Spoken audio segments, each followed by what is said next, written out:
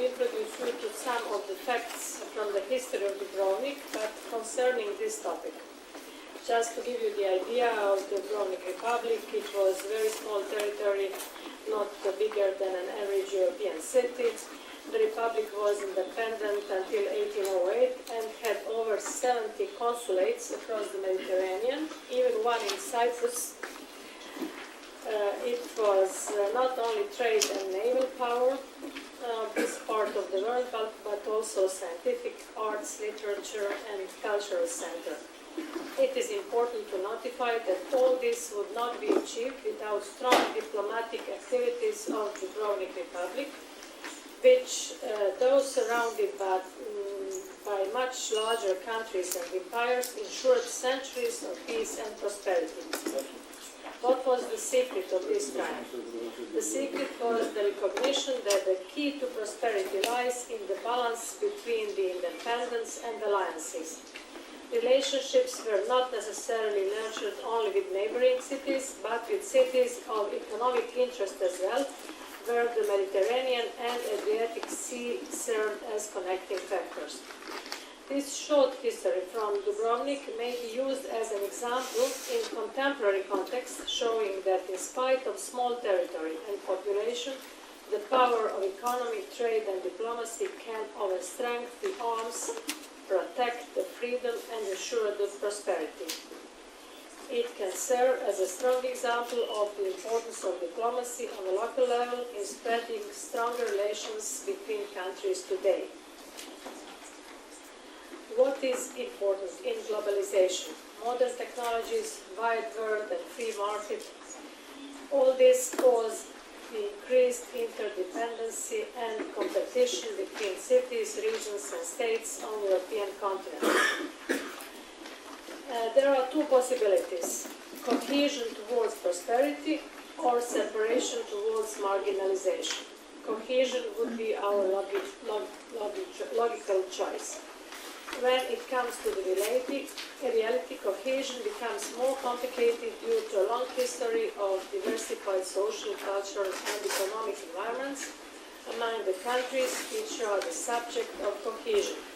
Compared to other EU countries, the situation among former Yugoslav countries is even more complex due to recent wars in this area and ethnic diversity of the population. We in the Congress of Local and Regional Authorities remain firmly convinced that local democracy in Southeast Europe has a special importance because of the country's constitutional and ethnic structures. It plays a key role in holding together multi-ethnic communities and in fostering intercultural and interreligious dialogue within and between them. Local self-government was crucial in restoring trust and building confidence in communities torn by the Balkan Wars, which is why local democracy agencies, LDAs, launched by the Congress have become such a success. I have also to mention two other very important organizations: Network Association of Local Authorities of Southeast Europe, NALAS, and Adriatic Euro Region. This capacity of local and regional authorities for networking at their level is the reason why the Congress is so insistent on greater practical cooperation between regional entities and municipalities. However, this cooperation must be based on and carried out within a clear legal framework at the national level. Such a framework is what we find still lacking or insufficient in most countries in Southeast Europe. I also want to mention the Helsinki Declaration on Regional Self-Government, which underlines how important decentralization and devolution are for the development of independent economic growth. I want to mention my country, Croatia, which initiated the decentralization of power from state to local levels. Still, a lot needs to be done to reach an adequate stage of decentralization which would bring more decision-making power to local authorities. Similar situation is in other countries within the area as well. The Hague agenda is very important. It defines city diplomacy, as Mr. Gottardo at the beginning mentioned. the tool of local governments and their associations for promoting social cohesion, conflict prevention, conflict resolution, and post-conflict reconstruction with the aim of creating a stable environment in which the citizens can live together in peace, democracy, and prosperity. Also, European Charter of Local Self-Government should be mentioned. European Neighbourhood Policy, European Neighbourhood and Partnership Instrument, cross-border cooperation programs and other EU initiatives, as well as recent campaigns such as the Building in Europe for and with Children, DOSTA, Fight Prejudice Towards Roma, or Speak Out Against Discrimination. All these programs represent a powerful framework for accomplishing the mission of city diplomacy.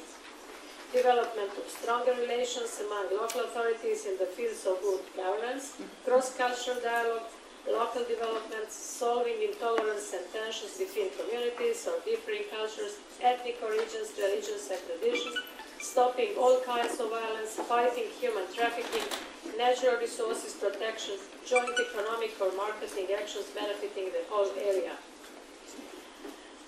The role of regional and local authorities is considered to be one of the highest importance as they are tied closest to the citizens. This is what is also important in the European Charter of Local Self-Government, which explicitly gives local authorities the right to form partnership with counterparts in other countries. Dear ladies and gentlemen, I want to mention a few examples from Dubrovnik. Dubrovnik is the southernmost region of Croatia, which borders on Bosnia and Herzegovina, Montenegro and Italy, sea border, and has 25 border crossings.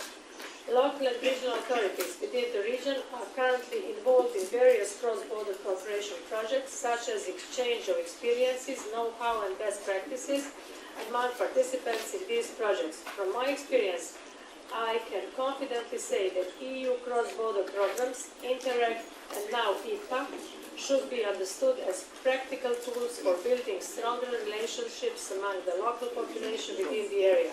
Sister city programs involving culture exchange, promoting economy relations, exchange of know-how, and especially building relationships among youth from different cultures through sports, education, and culture can be a powerful city diplomacy tool in the hands of local authorities. I would like to point out already established cooperation in fields of firefighting with Montenegro and Bosnia and Herzegovina and management of natural resources, in which 11 local and regional authorities from Croatia, Bosnia and Herzegovina, and Montenegro play a major role as they have jurisdiction over community utility services and natural resources protection. There is also an initiative for dispersing this cooperation further in the fields of environmental protection, protection of the sea, joint water management, and joint solid waste management. I believe that joint projects such as these, which I have already mentioned, truly accomplish the idea of city diplomacy. These projects are sending the message to our citizens: yes, we had troubles in the past, but we look into the future and we are ready to cooperate in the area of common interest. Therefore, such projects are a genuine tool for building measures of confidence. Thank you.